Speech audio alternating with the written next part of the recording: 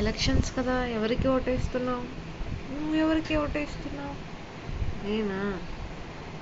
నేను ఈ ప్రభుత్వం బాగాలేదంటున్నారు కదా. ఎందుకు? బాగానే ఉంది కదా, అన్ని పథకాలు వస్తున్నాయి కదా. నీకు వస్తున్నాయేమో, నాకు రావట్లేదు కదా.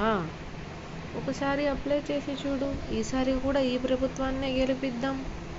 బాగుంటుంది, అన్ని పథకాలు పెడుతున్నారు, అందరికీ అమౌంట్ ఇస్తున్నారు కదా.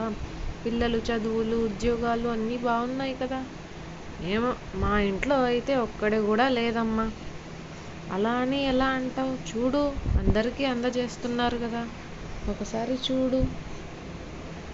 అయినా నువ్వు చెప్పేది నేను చెప్పేది ఏముందిలే, మన ఇద్దరి ఓట్ల వలన ఏం గెలవరు కదా. అందరూ గెలిపిస్తేనే ఈ ప్రభుత్వం మళ్ళా గెలుస్తుంది, లేదంటే కొత్త ప్రభుత్వం రావాల్సిందే. రిజల్ట్ దాకా వెయిట్ చేయాల్సిందే. సరే సరే.